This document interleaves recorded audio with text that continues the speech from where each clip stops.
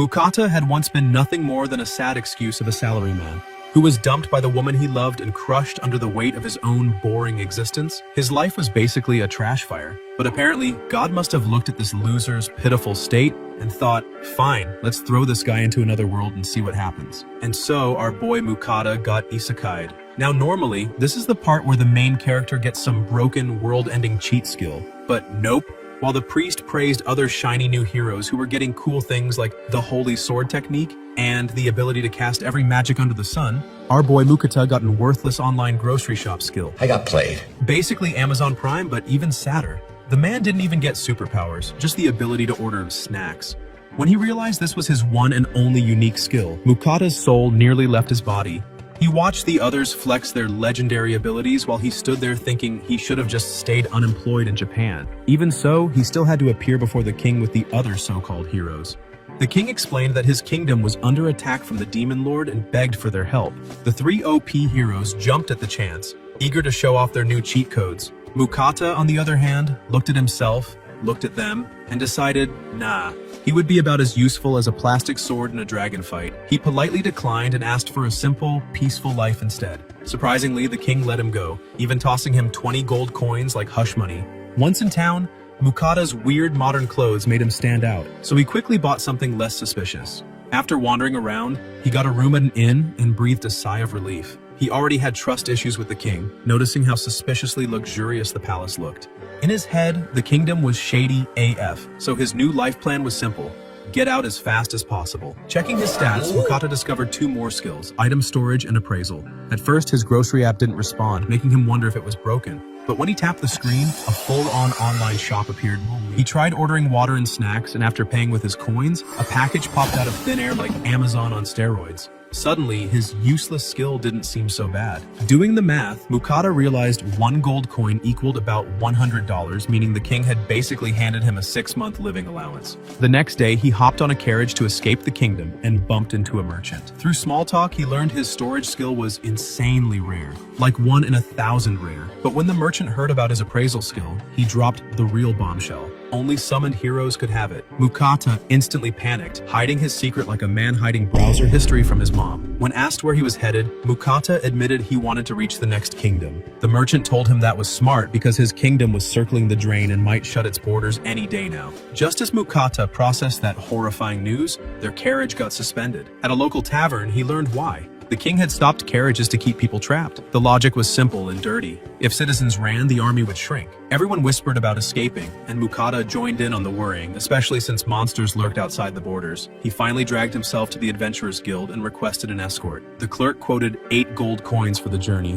which almost made him choke. But since he had no choice, he paid up. A C-rank adventurer named Werner accepted the job and introduced his squad. Vincent the swordsman, Rita the scout, Ramon the mage, and Fanka the healer. On their trip, Mukata offered to handle food. He casually pulled a stove from his storage, and the party almost fainted. Vincent gawked at the storage skill, Rita admired his stove, and Mukata flashed back to how he avoided paying 50 gold for a magic stove by just ordering a cheap one online. He cooked up instant soup and sandwiches, and the party reacted like they were dining in a 5-star restaurant. Ramon couldn't believe soup could taste that good, while the bread had them questioning their entire lives. Their little food party ended quickly when monsters attacked. Werner and Vincent sliced them apart like pros, while Mukata sat there frozen, realizing this was no game. It was real blood, real monsters, and he was way out of his league. After patching themselves up, Rita reported that a red boar was up ahead. Everyone started discussing how to deal with it, but the oversized bacon on legs decided not to wait. It charged straight at them. Mukata nearly fainted at the sight, wondering why the boar looked more like a tank with tusks. Werner barked at him to get out of the way while the party jumped into action.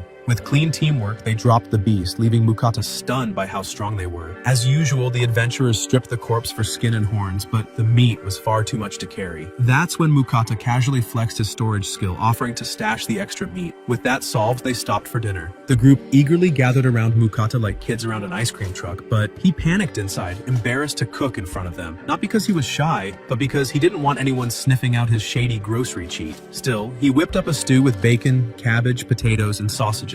As they dug in, Mukata nervously watched, wondering if it tasted off. Instead, they practically inhaled the food, begging for seconds. He was shocked until Ramon explained that adventurers usually survive on jerky and bread that could break teeth. Rita even claimed she felt stronger just from eating it. Suspicious. delicious, Mukata secretly used his appraisal skill and nearly choked. The food actually gave stat buffs. Suddenly, his cooking wasn't just tasty, it was literally performance-enhancing drugs. Mukata realized if anyone found out, he'd be kidnapped and milked like a walking fast food farm, so he swore to keep it hidden. But little did he know, a certain beast was already spying on them from the bushes. Days later, they camped in the forest, and Mukata tried grilling some of that boar meat. He seasoned it with a special sauce from his online shop, and the smell alone had his party drooling. Unfortunately, it also attracted something way scarier than a hungry adventurer. As Mukata proudly served the meal, a massive Fenrir appeared right behind him. The entire party froze, pale as ghosts. The legendary wolf spoke. Yes, it talked, and demanded a serving. Mukata's survival instincts kicked in, and he quickly offered a plate. The beast swallowed it in one bite and immediately demanded more. Mukata cooked, the wolf ate, and the cycle repeated like a deadly all-you-can-eat buffet. Stop it.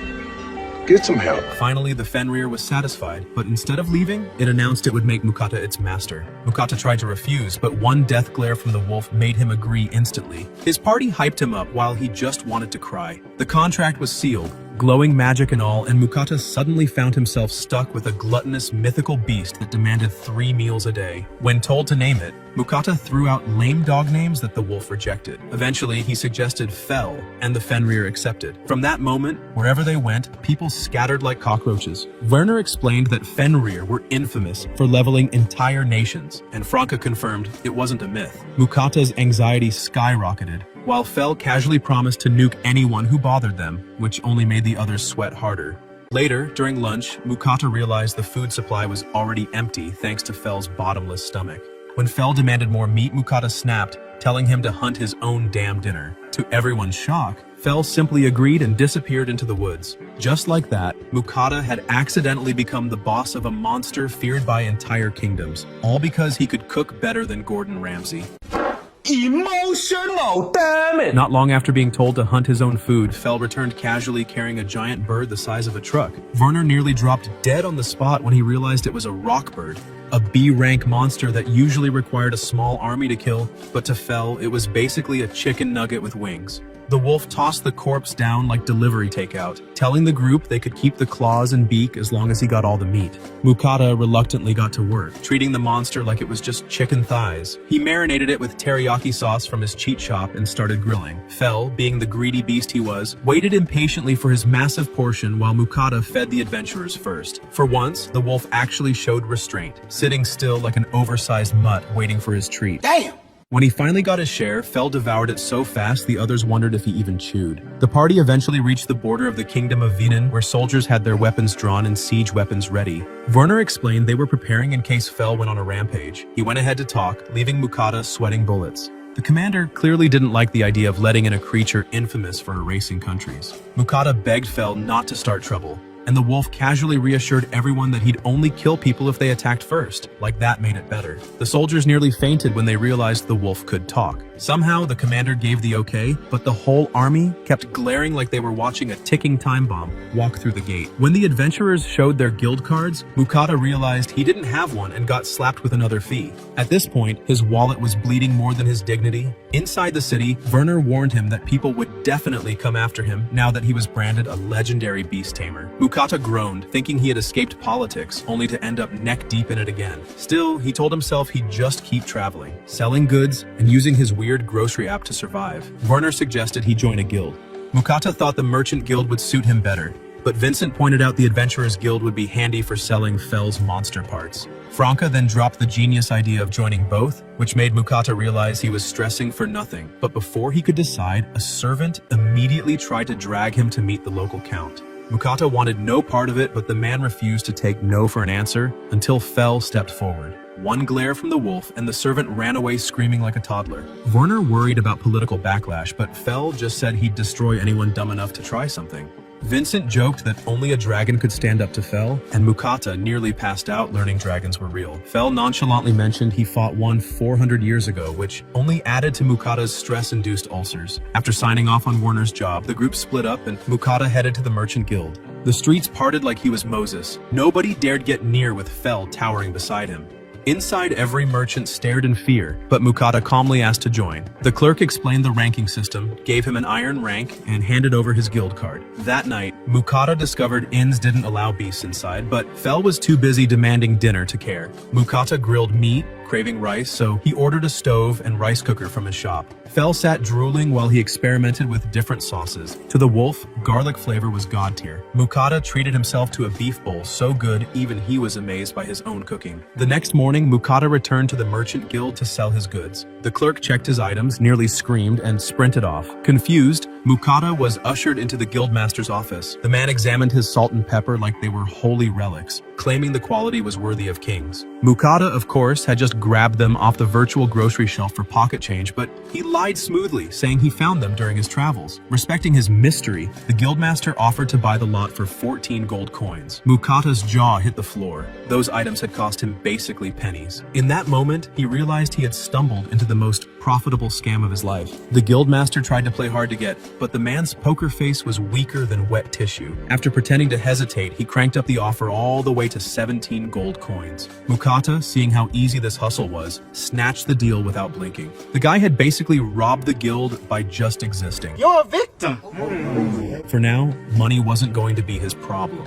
With heavy pockets and light confidence, he strutted over to the Adventurers Guild. The mood inside was different, less business meeting, more DMV nightmare. When he told the clerk he wanted to join, she didn't even bother looking at him. She slapped a form his way like she was swatting a fly. He filled it out, and she casually yeeted his card across the counter, announcing he was G rank, which is basically the kiddie pool of adventurers. Mukata asked for an explanation, and she sighed so hard it could have powered a windmill. She explained that ranks went from G to S. He could only take missions one tier higher than his own, and if he died out there, well, tough luck, no refunds. What? Mukata went to check the job board and, like the broke beginner he was, grabbed the easiest herb gathering quest. The next morning, he geared up, ready to touch grass for money, but Fel stared him down like an angry parent at the dinner table. Breakfast first, the big wolf demanded. Mukata fed him and they set out, but halfway there, Fel started whining about still being hungry. Mukata, now more chef than adventurer, told him to go hunt again. Fel agreed, but not before acting like Mukata would die instantly without him, placing a protective barrier around him like a babysitter locking the kid's playpen. He then dashed off, demanding lunch be ready when he returned. Mukata began his quest, and thanks to his appraisal skill, finding herbs was child's play. He even wondered if bringing in extras would fatten the reward. Mission complete, he decided it was lunchtime. Out of meat, he settled for cheap spaghetti from his mystical online shop. Just as he was finishing, Fel returned dragging a rock bird, bragging about wanting more teriyaki. The wolf casually admitted he killed a whole buffet of monsters but couldn't carry them all at once. Mukata told him they'd pick up the leftovers later. Fel sniffed at the strange spaghetti. Mukata explained it was from his world, and soon enough, the picky wolf was slurping noodles like a toddler at Olive Garden. Once Mukata busted out Parmesan cheese, Fel leveled up his taste buds and got sauce all over himself, looking like a giant furry toddler. Mukata couldn't stop laughing until Fel showed him the mountain of monsters he'd slaughtered. Among them was an orc, which disgusted Mukata, but Fel casually said they were delicacies, basically walking pigs. Dragging his endless meat haul, Mukata went back to the guild. The same dead-eyed clerk was shocked to see him return with so many herbs, muttering about how lucky he was before tossing him 9 silver. Mukata then mentioned selling monsters, pointing at Fel. The girl nearly had a heart attack, but once she recovered, she sent him to the guild butcher. The butcher had already heard rumors about Mukata and almost fainted when the guy started pulling monsters out like a shady magician. Even A-ranked beasts were in the pile. Mukata told him to strip the materials but leave the meat, and the butcher said the job would take till tomorrow. Still, he prepped one orc so Mukata and Fel could have dinner. That night, Mukata fried orc meat with flour, finishing it with leftover sauce. Fel tore into it like he hadn't eaten in weeks, praising the tender taste compared to regular boar. Mukata, at first grossed out by eating what looked like a human-shaped pig, took a bite, and to his shock, it was delicious. Lesson learned. Sometimes, ugly food is still good food. The next morning, Mukata dragged himself back to the butcher's shop, only to find a literal mountain of meat waiting for him. The butcher tossed him a pouch so fat with gold, it nearly broke his wrist. 202 coins in total. Mukata almost fainted because this clueless man thought adventuring was supposed to be a grind. Yet he was out here printing money like a fantasy ATM. The butcher, seeing his dumbfounded face, decided to school him about the real value of monster parts, like orc testicles for male vitality and boar tusks for craft. crafting. Mukata almost gagged, but hey, gold is gold. On top of that, the butcher handed him demonic stones from the A-rank monsters Fel casually tossed into the pile. Word had already spread around town. People whispered about whether Fel was truly a legendary Fenrir or just a big-ass dog with good PR. Mukata, hearing the chatter, thought it was time to dip. Staying in one place too long screamed death flags, and he wasn't about to play that game. Fel didn't care, but when he saw the meat stash, his stomach growled louder than thunder. Out in the wild, Mukata decided to reward his overpowered wolf for making him stupid rich. He pulled up his magical online shop, flashing cuts of meat from his own world. Fel started drooling so hard Mukata thought it was raining. Soon, Mukata whipped up a mixed platter, and Fel dove in like he hadn't eaten in weeks. Then came the main event, Japanese Black Wagyu.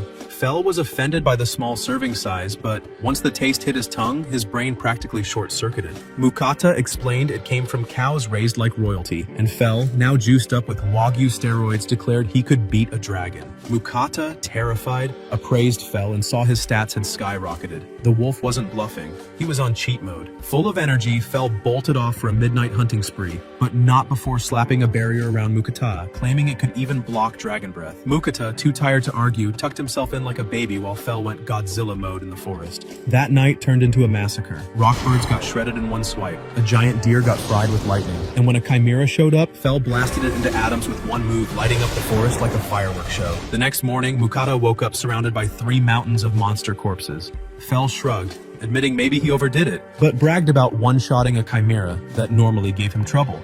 Mukata, staring at the carnage, decided Wagyu beef was officially banned from Fel's diet. During lunch, Mukata asked if Fel always fought with magic. The wolf explained he was blessed by the wind goddess herself and was basically a storm with fur. Mukata, realizing magic was a thing, wondered if he could use it too. Fel told him to check his stats, and sure enough, Mukata had mana. He begged for guidance, but Fel's version of teaching was, well, just think about it. Mukata closed his eyes, imagined fireballs, and of course, nothing happened. Embarrassed, he looked like an idiot miming superpowers. Fel finally showed him how to feel mana flow, and after a few tries, Mukata managed to cough out the weakest fireball in history. Fel, unimpressed, told him the only real way to learn was through fighting. Mukata immediately panicked, but Fel had no patience for cowards. Dragging him off, Fel led him straight into a goblin village. Mukata nearly cried, saying there were too many, so Fel did the worst possible thing. He howled and summoned every goblin within earshot. Mukata got chased like a marathon runner with bad knees, forced to fling fireballs while tripping over his own feet. One goblin lunged at him, but Fel's barrier saved him,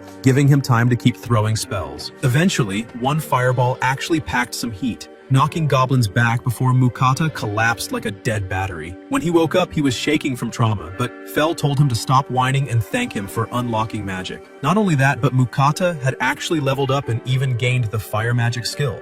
As a twisted reward, Fel proudly dragged back the Goblin King. The boss wasn't edible, but it did come with a shiny magic stone. So, at least Mukata's suffering wasn't completely useless. Fel, the oversized stomach disguised as a wolf, decided that since magic stones were basically money printers, he deserved another Wagyu steak feast. Mukata, meanwhile, looked like a phone battery on 1%. Mana gone, soul broken. He shut Fel down instantly. Too tired to cook, Mukata just bought a random mix of sweetbreads, hoping sugar could bribe the beast. Fel threw a tantrum about the lack of meat, but after one bite, his divine taste buds betrayed him. The mighty Fenrir was now happily scarfing down pastries like a middle-aged aunt discovering donuts at a buffet. Mukata warned about cavities and diabetes, but Fel flexed his wind goddess blessing like a spoiled kid with plot armor. Disease? Never heard of her. Mukata cried foul, begging for blessings of his own, while somewhere in the heavens, the wind goddess was watching like a snack-deprived stalker, furious that she couldn't taste earth sweets. Divine life was tragic.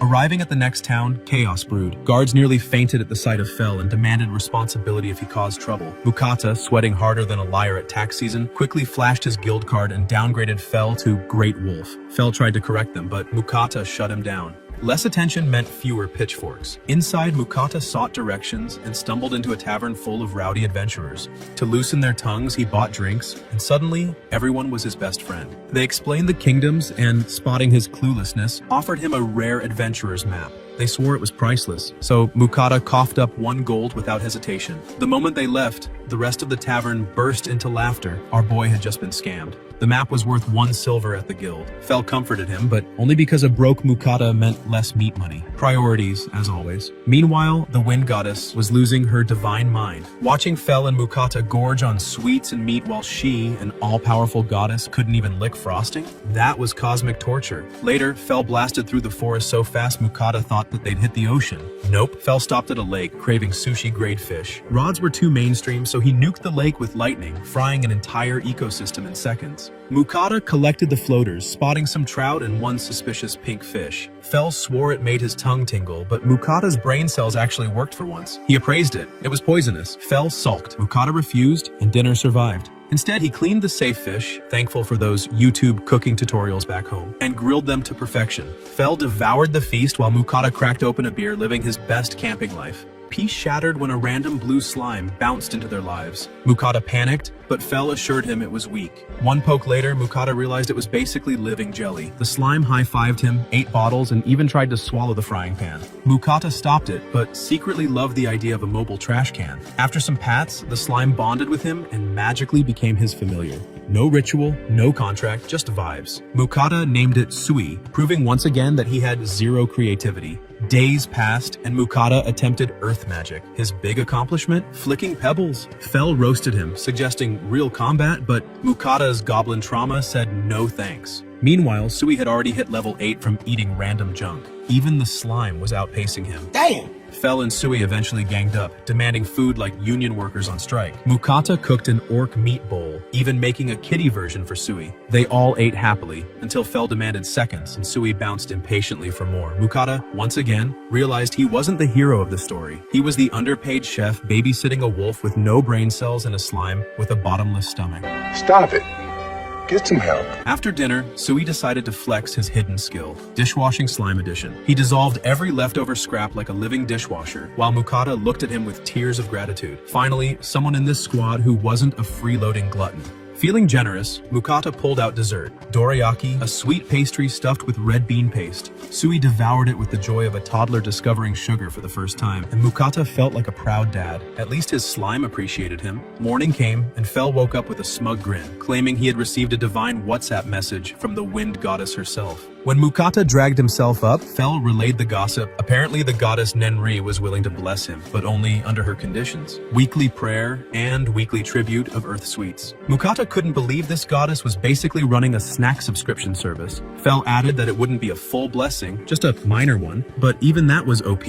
Immunity to status ailments and magic power-ups. Mukata accepted instantly. Who cared about dignity when donuts could buy divine protection? Of course, Nenri's first demand wasn't vague. She specifically wanted dorayaki, cream bread, and melon bread. Mukata cursed under his breath, but prepared the offerings anyway. The moment they vanished, he knew the deal was sealed. In the divine realm, Nenri bit into the dorayaki and nearly wept. She devoured it so fast that regret hit immediately. Coffee arrived with the package, and when she sipped it, the bitterness with sweetness nearly destroyed her. She swore she'd savor the rest. But who was she kidding? Seconds later, she inhaled everything like a sugar addict at 3 a.m. Back in the mortal world, Mukata's training finally showed results. Thanks to the blessing, his pebbles evolved into actual stone bullets, fired with force instead of looking like a toddler throwing gravel. Sui was now level 13, growing faster than Mukata's confidence, and he wondered if his slime might even evolve someday. Exhausted from draining his mana bar, he popped some chocolate, even sharing a piece with Sui. Fel eventually returned, pretending to be tired from running.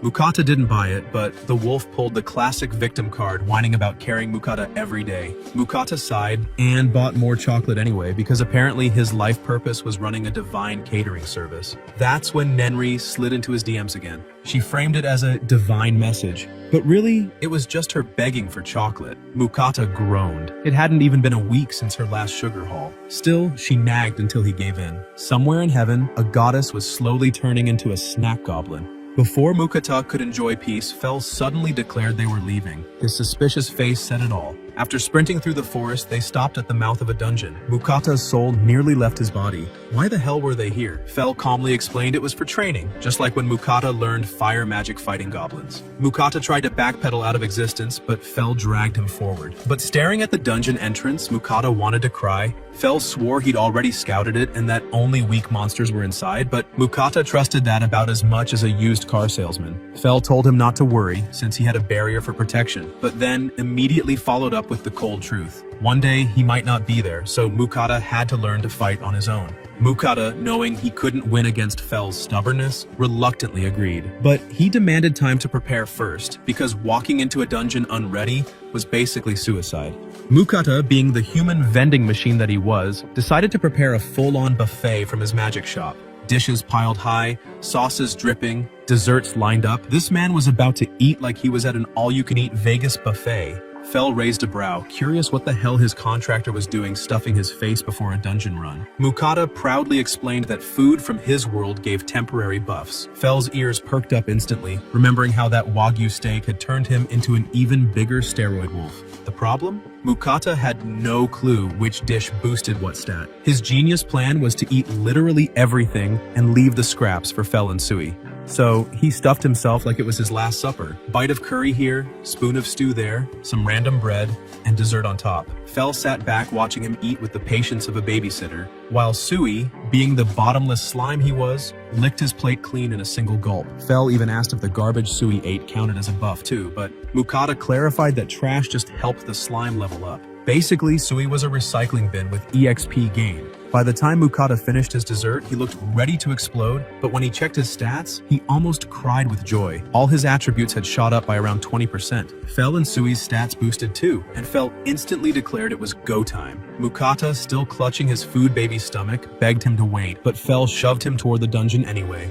As they crept forward, Fel got tired of Mukata's snail pace and just pushed him straight into danger. The first enemy was a slime. Mukata hesitated, feeling guilty about killing something that looked like jelly, but Sui had no such feelings. He spat acid and melted it in seconds. Fel praised Sui like a proud uncle, even wondering if this slime was something unique. Mukata, meanwhile, was wondering why his pet was already cooler than him. More slimes oozed out, and Mukata managed to use Stone Bullet to finish one off, while Sui casually handled the other. Just when he thought he was safe, Fel dropped the warning. Horned rabbits ahead. Sure enough, a bunch of killer bunnies came charging. Mukata panicked, flailing his sword around like he was cutting weeds. Somehow, it worked. As they went deeper, Mukata asked why monsters weren't avoiding Fel like usual, since normally his presence cleared out whole areas. Fel told him that dungeon rules were different. Inside here, monsters attacked no matter what, and Mukata finally realized he was in hell. On the next level, they faced kobolds. Mukata fired off his Stone Bullet spell and miraculously downed 2 in a row. For once, he actually felt proud of himself, standing tall like some budget hero. Fel instantly humbled him, saying he still had much to learn. Mukata, instead of sulking, got fired up, swearing to get stronger. Growth arc unlocked. But then they reached the final floor and reality smacked him in the face. Fel claimed there would be around 10 kobolds waiting. Instead, there were way more, like a furry army convention. Mukata's soul left his body. He immediately tried to quit, but Fel grabbed him by the back like a misbehaving puppy. Fel told him he and Sui together could handle it. Mukata laughed nervously, not believing a word, but Sui was bouncing like he'd just chugged an energy drink. Before Mukata could protest, Fel literally kicked him forward as bait. Every kobold in the room turned their eyes on him. He screamed as they charged, but Fel's barrier held them back long enough for Sui to launch acid attacks while Mukata hurled stone bullets with shaking hands. The duo actually managed to wipe out most of the horde, but then the ground shook. The survivors were blown away, and out stepped the Kobold King. Twice the size, dripping with menace and radiating pure nightmare fuel. Mukata nearly soiled himself on the spot. The king's attack barely missed him, forcing him to run for his life while frantically shooting stone bullets. They bounced off the monster like pebbles against a tank. Even firing both hands rapid fire barely scratched it. Fel calmly told him the barrier might not hold forever, so he'd better not get hit. Basically, dodge or die. But as the Cobalt King readied its monstrous attack, Mukata, trembling but determined, managed to launch a stone blast straight at the beast's head. The spell hit with a satisfying crunch, leaving a dent in the king's shiny blue noggin.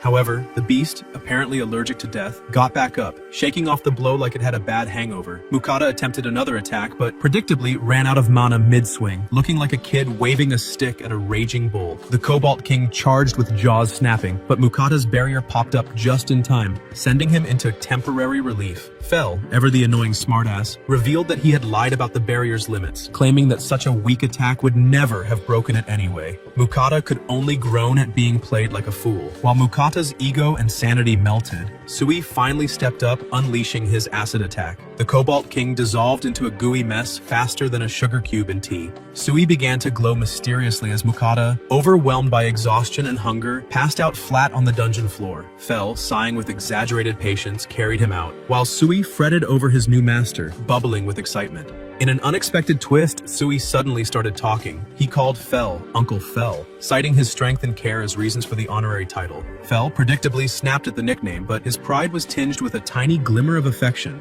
He left briefly to grab a snack but returned to make sure Sui stayed protected within his barrier. When Mukata awoke, he panicked momentarily, only to realize he was safe outside. Sui comforted him, chatting incessantly about the battle, which shocked Mukata even more. He was both adorable and terrifying now. Sui explained that he had gained the ability to speak after they defeated the Cobalt King, and he now addressed Mukata as master. Mukata, of course, found him unbearably cute and checked his stats. Sui had leveled up and even gained a new acid bullet skill. Mukata also checked himself and discovered he had leveled up 4 times and unlocked the Earth Magic skill, finally feeling like a competent adventurer rather than a stressed-out cook. Fel returned, and Mukata asked where he had gone. Fel claimed he had gone off to find some food because he had been hungry, but made it clear he preferred Mukata's cooking and therefore expected a reward for helping him teach Earth Magic. Mukata groaned at Fel's manipulative genius but relented. He whipped up a quick meal, combining eggs with leftover rockbird into a surprisingly delicious dish. Fel devoured it instantly, marveling at Mukata's creative use of eggs,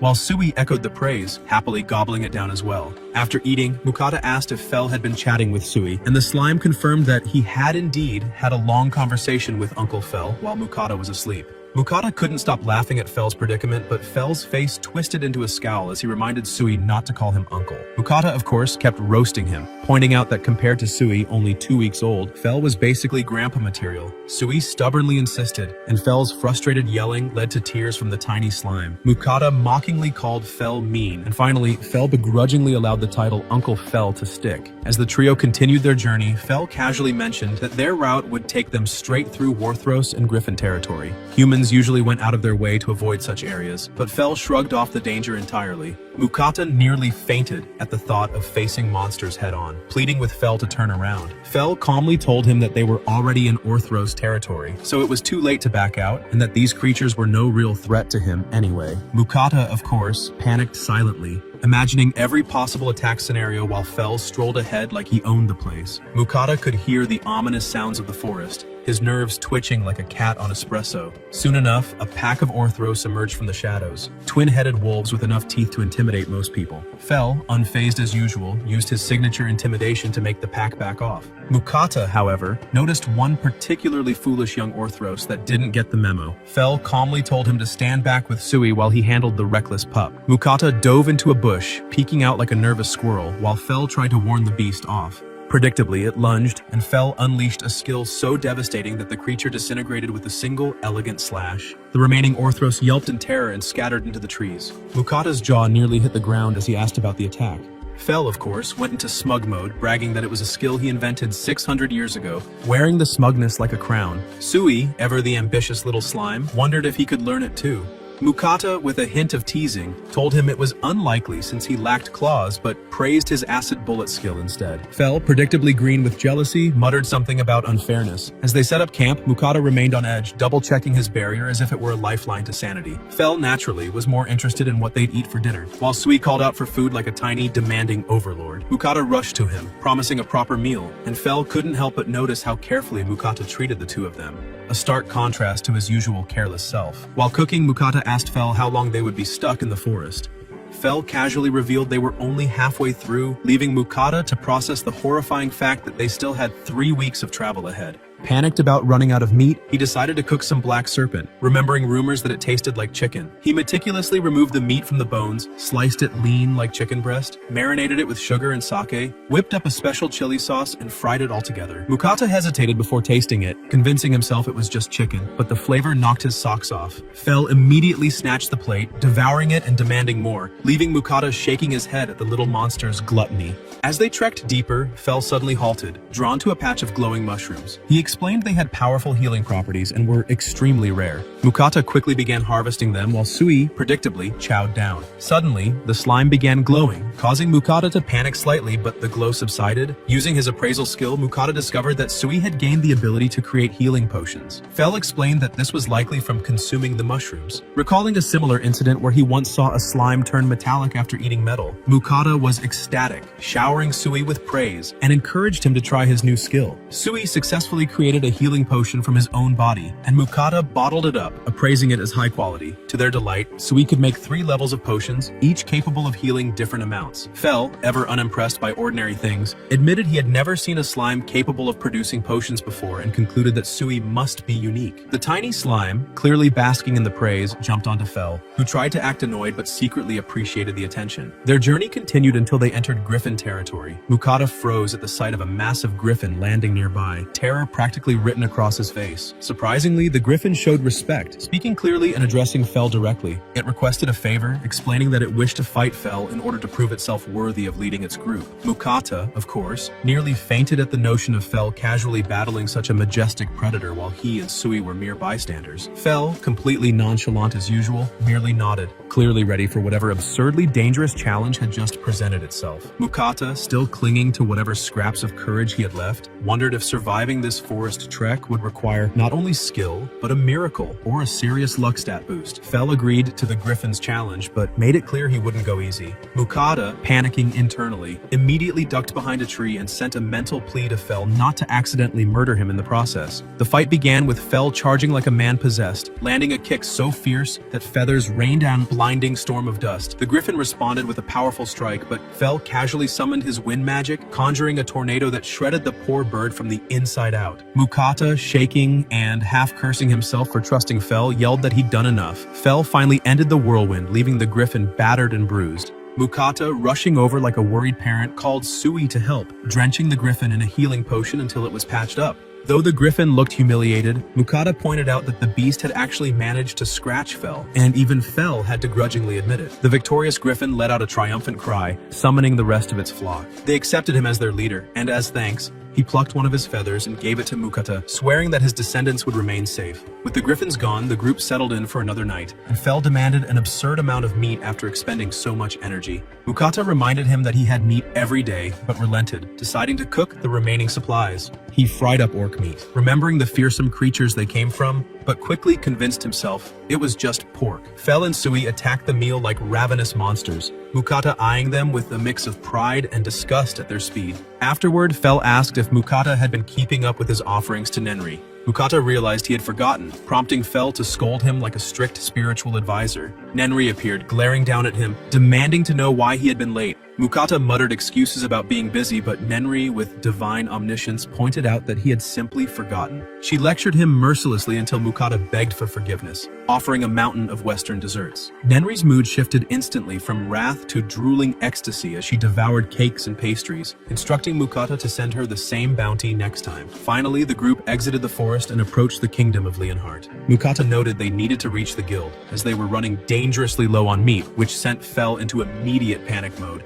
Searching for the road ahead, they spotted a caravan under attack by bandits. Mukata urged Fel to intervene, promising a special dinner if he saved them. Fel didn't need to hear twice. He dashed off like a whirlwind. At the caravan, the poor travelers were struggling against the bandits, but Fel's roar froze everyone in their tracks. He demanded they surrender, and the bandits, terrified, dropped their weapons. All were captured without further fuss. Mukata met Lambert, the caravan owner, and Lars, the adventurer leader. They gushed over Fel, expressing disbelief at meeting the legendary figure from all the rumors. Mukata asked where they were headed and was told Carolina. Being new to the area, he asked if he could join the group. Lambert, feeling safer with him around, welcomed their company. As Mukata traveled with them, he overheard guards debating whether Fel was a Fenrir or a great wolf. Shocked at the reach of the rumors, he learned that the guilds had been spreading news about Fel using magical teleportation letters, making the legend practically unavoidable. While everyone around him was gawking at Fel like he was some living legend, Mukata quietly fretted over keeping his identity under wraps. With With his item storage and shop skills, he knew he could easily be exposed as a summon hero, and the last thing he needed was nobles sniffing around and trying to pull some sneaky stunt in this new kingdom. The caravan eventually stopped for the night, and Fel, ever the greedy brat, reminded Mukata of the special dinner he had promised for saving everyone. The guards settled for some jerky, muttering about how tired they were, while Mukata sneaked off to find a private spot to cook. Fel immediately demanded an absurd amount of meat, and Mukata, who was starting to get annoyed at his endless hunger, sighed. But when Sui piped up, pleading for a bit of meat, Mukata's irritation melted. He happily agreed. Out of stakes, Mukata decided to combine whatever meat he had left into one grand creation. He went all out with marinades, sauces, and flour, shaking it all into a perfect coating before frying it to golden perfection. The result was an exquisite fried chicken dish with two distinct flavors. Sui's eyes sparkled as he devoured it, and even Fel seemed genuinely impressed for once. The smell of Mukata's cooking wafted over to the rest of the caravan, drawing every curious guard and traveler toward the source. Mukata offered some generously,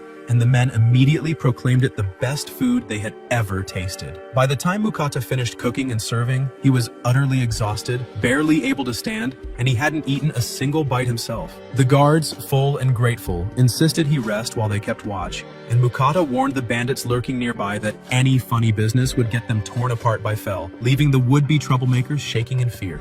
After a calm night, the caravan finally reached Carolina, the 5th largest city in the kingdom. Lambert explained that his family had been leather merchants there for generations. The captured bandits were handed over to the city knights, and Lars headed to the guild to submit his report. Mukata decided to visit the guild as well and promised Lambert he'd stop by his shop later. At the guild, Mukata discovered that his adventurer card had been unregistered. Apparently, failing to complete the minimum number of quests in the last month had caused them to deactivate it. Mukata reflected on the chaos of the past month. He'd fought, cooked, and survived more than most adventurers did in a lifetime, but the clerk nonchalantly explained that most people push through as many missions as possible to hit F rank quickly, taking advantage of the 3-month time limit. Mukata immediately decided to re-register and proudly introduced his second familiar, Sui. The girl clerk, unimpressed, let out a laugh along with some other adventurers. Mukata tried to ignore their mocking, reminding himself that Sui was ridiculously cute and unique. He then made his way to the guild butcher, but bumped into Lars and his adventurer crew. Mukata casually mentioned he was trying to sell some of the monsters they had caught, and Lars, curious about Fel's hunting skills, asked to see. Mukata obliged, revealing his haul, which left the group completely stunned. They had never even imagined some of these beasts existed. The guild butcher practically squealed with delight, claiming he had never worked with such high-class materials,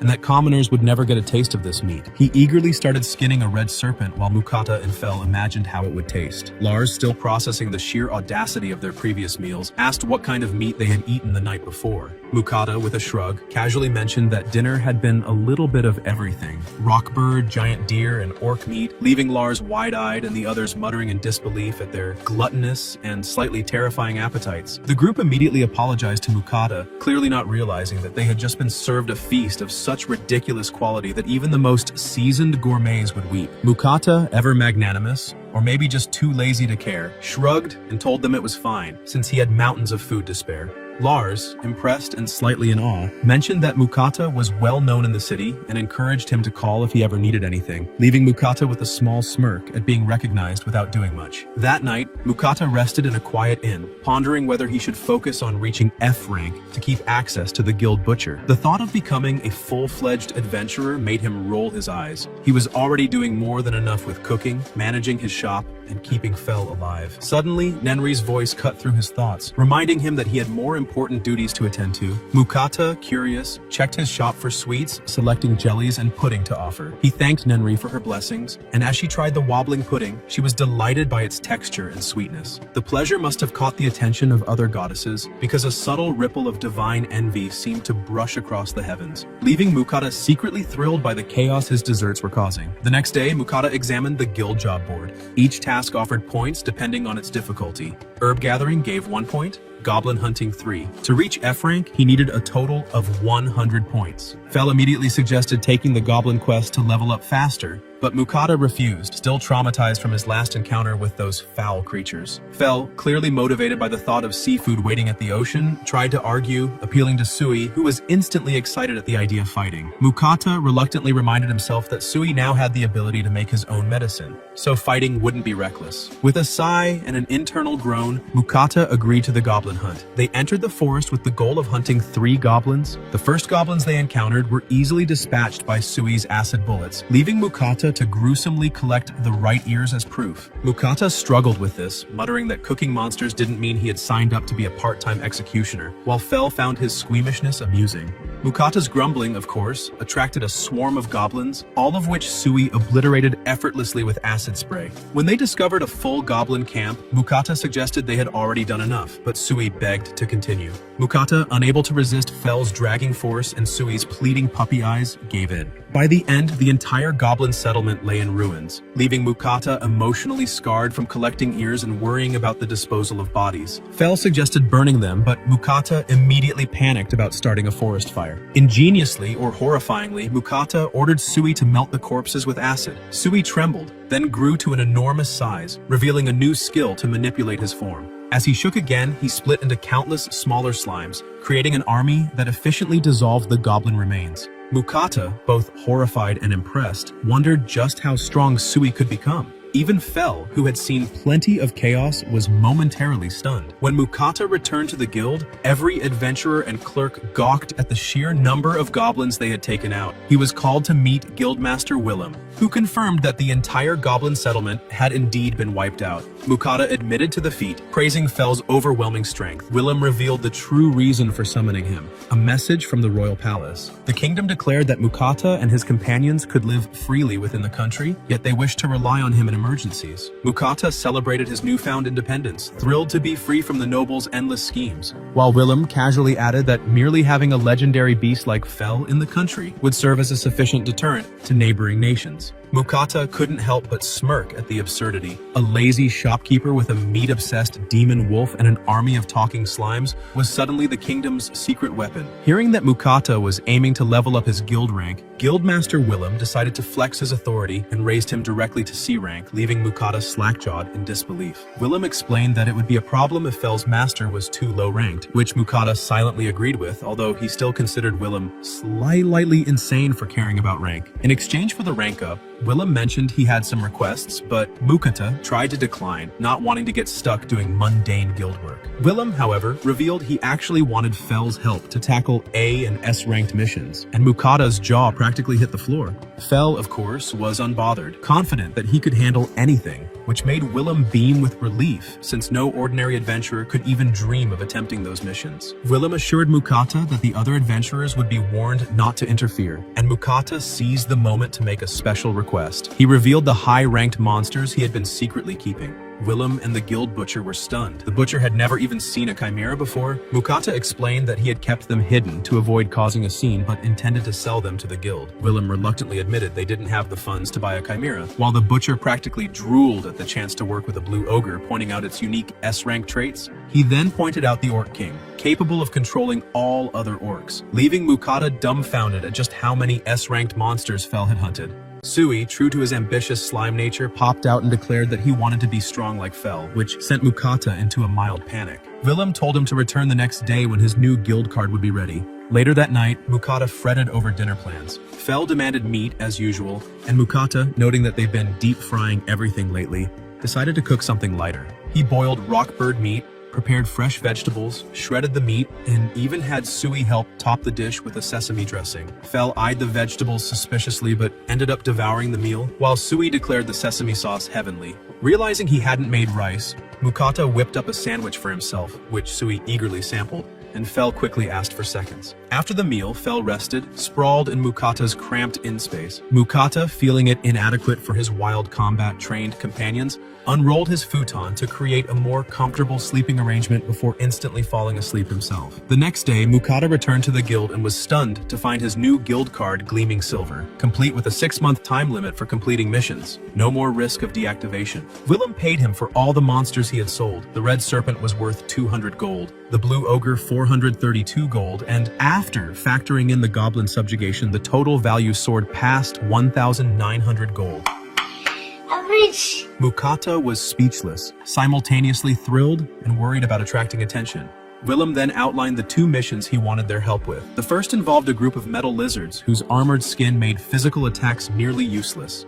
The second was hunting a herd of bloody horned bulls wreaking havoc in a beginner hunting ground. Fel naturally immediately thought of the bulls as beef and got visibly excited at the thought of steak. As they prepared to leave the guild, Mukata suggested departing in the morning to avoid traveling at night. Fel, however, had other priorities. He was too impatient to wait and wanted steak as soon as possible, leaving Mukata to silently question whether he was traveling with a genius or a monster obsessed with meat. Mukata stopped by Lambert's store, intrigued by the idea of picking up a new bag. Lambert laid out a small arsenal of bags, each crafted from different materials, and Mukata realized this wasn't just any bag. It was going to carry Sui. Deciding to delegate the life or death choice to the slime himself, Mukata let Sui pick. Naturally, Sui went for the bag made of red boar leather, immediately claiming it as his own. Mukata, meanwhile, sifted through belts and new shoes, briefly debating whether to buy some from his own shop. He ultimately decided against it. Standing out in a town where rumors about him already ran wild seemed like a terrible idea. The total came to 11 gold, but Lambert waved it off, insisting Mukata take it for free,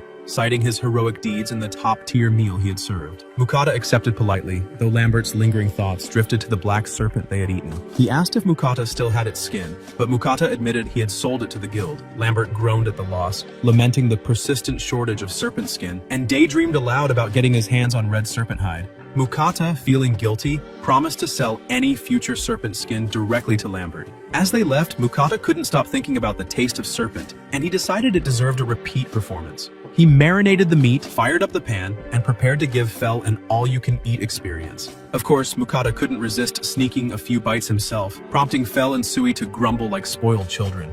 Fel demanded to start eating immediately, but Mukata fried the meat a second time for extra crispiness. Once they dug in, even Fel had to admit that double-fried serpent was an absolute game-changer. After the meal, their stomachs protested violently, and Mukata, ignoring their groans, continued cooking for himself, planning to stash portions in storage for a rainy day.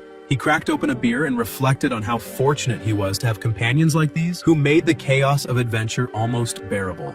The next day, Mukata and Fel journeyed to the mountains where the guildmaster had reported the metallic lizards. Mukata wandered around, speculating where the lizards might be hiding, but Fel's heightened senses immediately detected a cave tucked into the mountainside. Mukata hesitated, suggesting they wait outside, but Fel, impatient as ever, barreled straight in. Inside, they found only one lizard, glowing with an eerie metallic sheen. Mukata realized it was a mithril lizard, and Fel theorized it had evolved after feasting on tons of mithril. Mukata muttered concerns about magic attacks being ineffective, but Fel casually countered with lightning magic that bypassed the lizard's natural diffusion. The lizard was obliterated instantly, leaving Mukata to bow respectfully and begin storing the loot. He even found a piece of mithril ore and started fantasizing about crafting armor or weapons from it, with Sui eagerly helping him collect the ore. He considered the possibilities. Armor that could diffuse magic, or using the lizard's skin for gear. Fel, of course, wasn't impressed by any of Mukata's careful planning. With a flick of his hand, he crushed the mithril ore, announcing he didn't need armor since his barrier was way superior. Fel's restless energy meant he wanted action, and he suggested they move on to the guildmaster's second mission. Mukata, still meticulously calculating and slightly horrified at Fel's recklessness, tried to protest. But Fel, driven by the eternal promise of stakes and adventure, simply dragged Mukata off, leaving him no choice but to follow. Mukata and his companions finally arrived at the sprawling field where the infamous bloody-horned bulls roamed. Mukata's face paled as he sized up the beasts, noting that they were as massive as rhinos and had the kind of temper that could crush a grown man with one toss. Deciding that his life was far too valuable to risk, he hung back cautiously, peering from a safe distance while Fel sauntered forward, radiating that irritating confidence that made Mukata want to strangle him on the spot. Sui, never one to sit still when someone else was showing off, immediately grew jealous. The slime morphed and darted after Fel, leaving Mukata muttering curses under his breath about how he had volunteered for nothing except babysitting these two disasters. Within moments, an enormous blast of wind erupted across the field, and all the bulls were sent tumbling like bowling pins. Mukata blinked, completely taken aback, while Sui bounced excitedly, detailing every glorious moment of the fight. Fel casually praised Mukata for handling the aftermath, which involved stuffing the defeated bulls into his seemingly endless storage. Sui, ever the overachiever, split into dozens of smaller slimes to help carry the massive load. Mukata, despite himself, began dreaming of all the beef dishes he could craft once they returned. Meanwhile, back in town, Willem and the guild's butcher nearly fell out of their chairs upon seeing the mithril lizard Mukata had brought back. Mukata's nerves flared, wondering if he had inadvertently caused a diplomatic incident. The butcher, eyes practically bulging, explained that an intact mithril lizard hadn't been seen in 400 years, making this an astronomical rarity. Willem added that the discovery hinted at a new mithril mine, emphasizing that only 3 such mines existed in the entire world. Mukata's jaw nearly hit the floor. Willem further explained that the lizard would be kept as an offering to the king, but that Mukata would be compensated handsomely, around 5,000 gold for the discovery. The butcher's envy was palpable, while Mukata felt a cold sweat forming on his back, silently questioning why his life had to involve this much attention. Willem then asked about the bulls, only to be stunned again when Mukata revealed the task was already completed. Mukata, quietly panicking, imagined all the nobles suddenly flooding his peaceful life, while Fel, blissfully unconcerned, focused solely on one thing: steaks. Back at their temporary camp, Mukata prepared their dinner with military precision, cutting juicy steaks and frying them to a perfect medium rare. He let the meat rest in foil while Fel drooled impatiently with Sui hovering nearby. When the first bite hit their tongues, the trio was speechless. The steak was nothing short of divine, juices bursting with every bite. Fel, clearly the most shameless foodie alive, compared it to high-end Wagyu and demanded seconds immediately.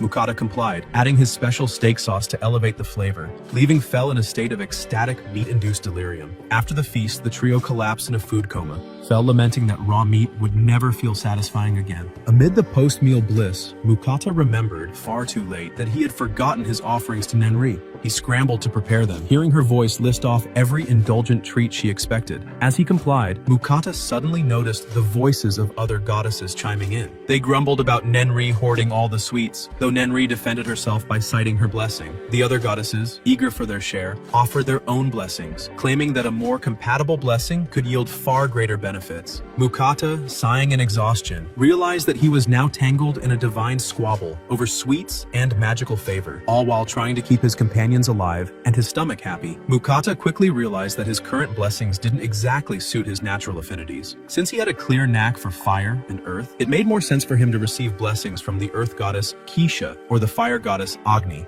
Of course, the situation immediately devolved into chaos because the ever-dramatic Ninri decided to intervene, scolding the others for angering the god of creation with their reckless generosity. Still, the fire and earth goddesses insisted it would be fine if they only granted minor blessings, which Mukata knew was code for "we're still going to mess with your life." Mukata cautiously tried to argue that no one had ever held multiple blessings at once, hoping to wriggle out of this divine mess, but it didn't matter. The goddesses ignored him and lavished him with blessings anyway. Meanwhile, Ruka, the water goddess, immediately began sobbing over her uselessness. Mukata didn't have any water affinity, so her blessing would do nothing, and she was clearly offended that she would be left out. The other goddesses panicked, shrieking for him to fix it, and Mukata, now feeling like he was negotiating a corporate merger with literal gods, looked to Sui for comfort. Spotting his loyal slime, he got an idea. He asked Ruka to redirect her blessing to Sui. Surprisingly, Ruka agreed, giving Sui a full blessing. Kisha smugly pointed out the absurdity, noting that Ruka only offered blessings once every 100 years, whereas the others practically handed them out like candy, explaining why the god of creation was constantly annoyed. Now officially blessed, Mukata had no choice but to send the goddesses offerings. True to form, he overcompensated with an enormous box of desserts. Mukata checked his status and marveled at the stats, while Sui, ever clueless, asked what blessings actually did.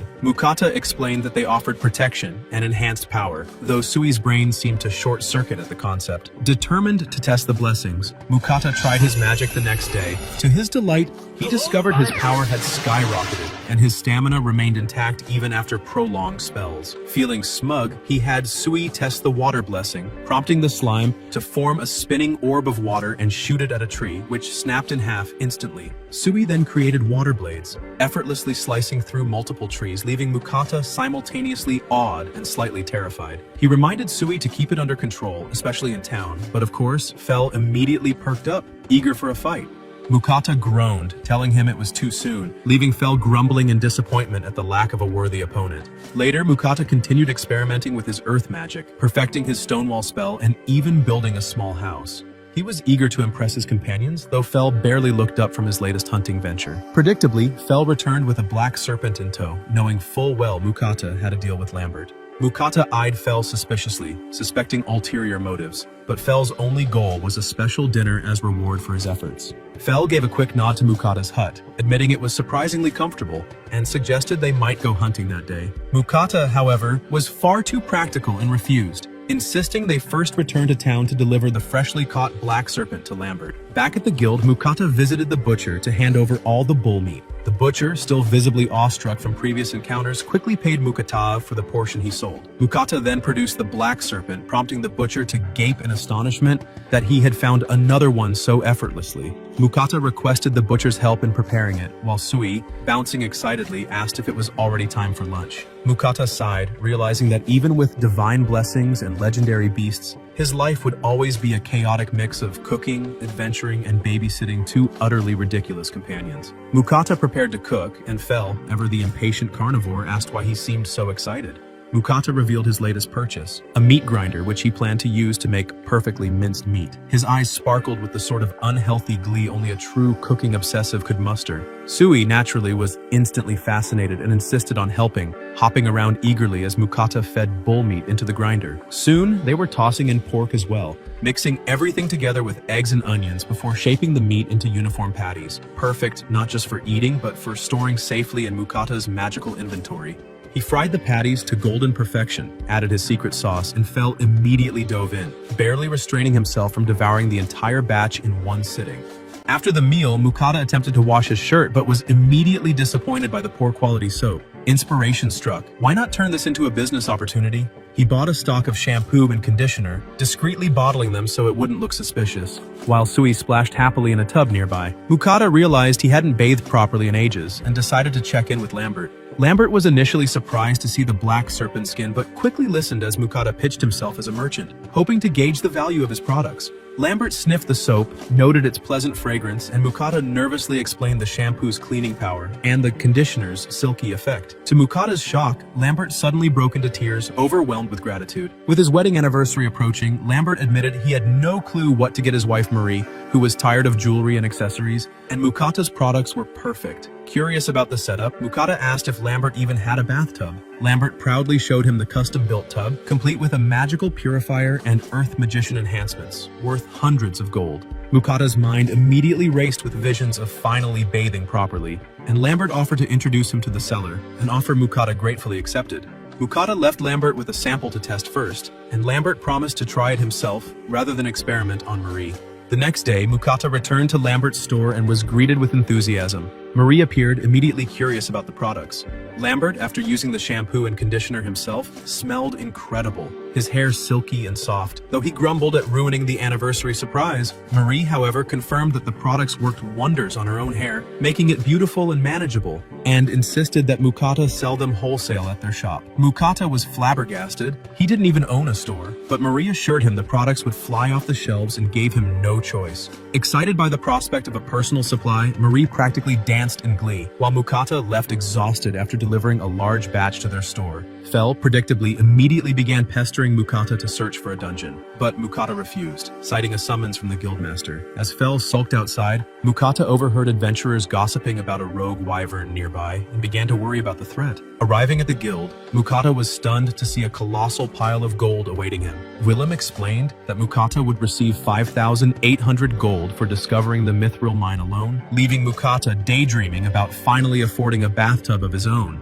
Just as he allowed himself a moment of satisfaction, an emergency alarm rang. A herd of wyverns was approaching, instantly snapping Mukata out of his fantasies and leaving him to wonder how he had gotten himself into yet another chaotic adventure. Scattered among the chaos were injured adventurers, some writhing from the wyvern's deadly poison. The guild was in a panic, running low on potions and antidotes, but Mukata calmly pulled out his high-grade healing potions. When Willem applied one, the man's injuries and poison were instantly neutralized, leaving everyone slack-jawed at how completely the potion restored him. It was as if Mukata had brought some sort of miracle in a bottle. Willem immediately ordered all S-rank adventurers and above to engage the wyverns. Mukata realized that meant him, and he started mentally preparing for a fight, but Fel had other plans. He boldly declared that they would handle the wyverns themselves, because apparently risking everyone else's lives was less fun than hoarding all the wyvern meat for themselves. Mukata hesitated, but Fel was bored and hungry, practically drooling at the thought of wyvern steaks. Willem offered to assist, but Fel waved him off, insisting the man would just slow them down. In the field, the wyverns loomed in the distance, wings casting shadows like dark storm clouds. Mukata took one look and mentally prepared for the worst, while Fel, ever reckless, saw it as the perfect opportunity to train Sui against flying enemies. The two charged forward with a mix of agility and chaos, dodging gusts of wind and razor-sharp claws. Fel instructed Sui to aim for the heads, though hitting wings was easier and often just as effective. Sui's first shot missed the target but managed to topple a wyvern anyway, giving Fel the chance to finish it off in a spectacular, flashy strike. Mukata watched from the sidelines, half amused, half panicked, and half wondering if Sui was slowly turning into a mini-Fel. Suddenly, one wyvern broke formation and lunged straight for Mukata. He froze, but Fel's magical barrier protected him, creating a shimmering wall of safety. Sui, growing bolder, bounced the creature away with a well-timed acid blast while Fel delivered the finishing blow. Mukata could hardly believe what he was seeing, a mix of awe and terror swirling in his chest. Within moments, all the wyverns were either defeated or fleeing, leaving the field eerily quiet. Fel, ever the hungry beast, immediately reminded Mukata that a successful hunt meant only one thing: food. Mukata, already a step ahead, pulled out the meat patties he had prepared earlier. Fel's excitement faltered for a moment, thinking it was the same meal as before. Mukata, however, had an idea. He coated the patties with egg and breadcrumbs before frying them again, creating a crispy golden crust. When Fel took his first bite, his eyes practically bugged out. The crunch transformed the dish entirely, and he devoured them like a man possessed. Mukata couldn't help but smirk at Fel's over-the-top reaction, knowing that such a simple tweak made the difference between ordinary and legendary. Meanwhile, back at the guild, Willem and the adventurers were growing anxious. Rumors of the wyverns spread fast, and many worried whether Mukata could handle the threat alone. Their concerns only grew as minutes stretched into hours. Finally, Mukata returned, brushing off the worry as if it were nothing, and reported that they had wiped out the entire herd. The guild erupted in celebration, and Mukata found their reactions somewhat ridiculous, considering the battle had been easy, thanks largely to Fel and Sui doing all the work, and stopping for lunch in the middle of it. Willem explained the reason for their awe. Had the adventurers themselves fought, at least half would have perished. Mukata, embarrassed, avoided mentioning that they had paused for a meal, but Fel gleefully pointed it out, leaving Mukata red-faced. Mukata reported that they had defeated 13 wyverns in total, and Willem immediately expressed interest in purchasing their parts. Mukata, trying to be generous, offered everything except the meat, knowing Fel would riot otherwise. Unfortunately, the guild only had enough gold to buy half of the wyvern's components, leaving Mukata slightly frustrated, and secretly hoping they wouldn't ask for a discount. Back at the inn, Mukata suddenly remembered he needed to send offerings to the goddesses. No sooner had he thought it than a divine message from Agni arrived, scolding him to hurry up.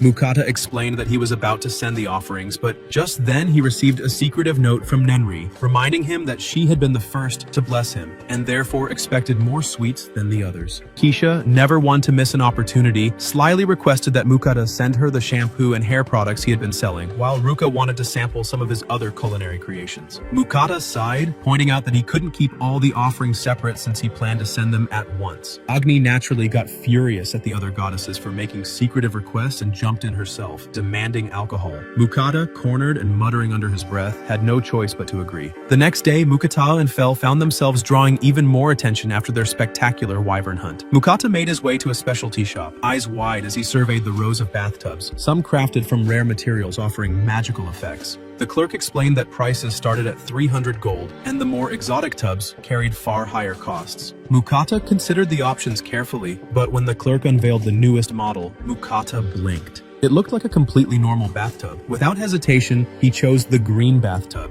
shocking the clerk, who had expected hesitation given the price. Mukata casually revealed he could pay up front, and when asked where it should be delivered, he simply said to put it into his storage, leaving the clerk speechless. Overjoyed, Mukata told Fel they should leave the city, noting that everyone's eyes had been glued to them ever since the wyvern battle. Once in a secluded spot, Fel immediately wandered off hunting, while Mukata marked out an area for himself. Using his stonewall skill, he erected a private space and took out the bathtub. He instructed Sui to fill it with water and then heated it with a fireball, finally taking a long, luxurious bath after scrubbing himself furiously.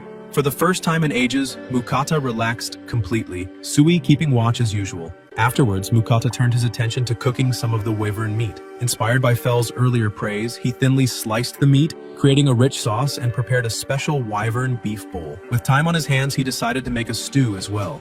He bought ingredients, chopped vegetables meticulously, seared the meat until brown, added the vegetables, poured in water and red wine, and seasoned it with a savory sauce before letting it simmer. Sui commented that Fel had returned, but Mukata's focus remained on the stew until a colossal dinosaur suddenly emerged from the trees. Mukata froze, shocked at the sheer size of the creature. Fel nonchalantly explained that finding the wyverns underwhelming, he had gone hunting again and encountered an earth dragon. Mukata's jaw dropped. He couldn't believe a dragon was standing before him, and he had no clue how to handle it. Fel, ever the foodie and thrill seeker, declared that it would be delicious. Mukata tried to reason that the dragon, like the other exceptionally rare monsters he had hunted, would be impossible to sell, and this was going to be a huge problem. Fel, completely ignoring practicalities, suggested asking the guild to help resell it, and Mukata considered that it might actually be possible, even as his mind raced with the sheer logistics and danger of the situation. After preparing the wyvern stew, Mukata noticed Fel's eyes lighting up with excitement at the sight of the food, but Mukata quickly stopped him, pointing out that Fel was filthy from his earlier fight. Fel looked slightly offended, having been told off by his own human companion. Mukata insisted he needed to bathe before dinner, leaving Fel shocked and muttering something about being a legendary Fenrir, not a common pup. Mukata rummaged through his shop and found some dog grooming tools, prompting Fel to grumble that he wasn't a dog. Undeterred, Mukata helped untangle Fel's fur with a brush, then began splashing him with water. Fel flinched at the first splash, and Mukata wondered why, but Fel immediately denied it, trying to act tough. Mukata continued to soak him, and Fel, finding it ticklish, suggested Sui could just use his water magic. Mukata reminded him that Sui's water wouldn't be hot. Thinking quickly, Mukata transformed Sui into a hot water shower, drenching Fel completely. He shampooed Fel thoroughly, who gradually began to enjoy the pampering, though he tensed up when Mukata mentioned washing his face. Reluctantly, Fel agreed, unwilling to appear weak even as a legendary Fenrir. After finishing, Mukata tried to dry him off, but Fel mischievously shook off all the water. Using fire magic and Fel's wind, they created a warm breeze to help him dry, and Mukata couldn't resist commenting on how handsome Fel looked. Fel, ignoring the praise, demanded it was time to eat. Dinner began with the special beef bowls, and Fel declared them outstanding, while Mukata was surprised that the wyvern meat tasted remarkably similar to Wagyu. As they ate, Mukata lectured Fel about taking regular baths, which Fel grumbled about, but grudgingly agreed after Mukata used Sui to compliment him on his improved appearance. Meanwhile, back at the guild, Willem revealed that reselling a dragon was nearly impossible, and the butcher agreed, explaining that every part of the dragon was far too valuable to work with. Fel complained that all he wanted was the meat, but Mukata reminded him it wasn't that simple. Willem suggested that a certain dragon expert might make it possible, and both Mukata and Fel became excited at the prospect. Willem pointed them toward another city near the sea, which immediately thrilled Fel, who imagined indulging in krakens and other sea monsters. The guild members laughed at Fel's ridiculous ideas, but deep down they knew that was exactly what he would try to do. Before leaving, Mukata bid farewell to the people he had met along the way, reflecting on the strange, dangerous, and surprisingly delicious adventures they had shared. Fel, ever impatient, was already eager for the next hunt, dragging Mukata along. And that, for now, marked the end of this chapter of their journey. The video concluded with a reminder to the viewers to like and subscribe, leaving the audience eager for the next installment of Mukata and Fel's wild. But don't worry, when the second season will come, I will upload it right away. So, subscribe to our channel to not miss the next journey.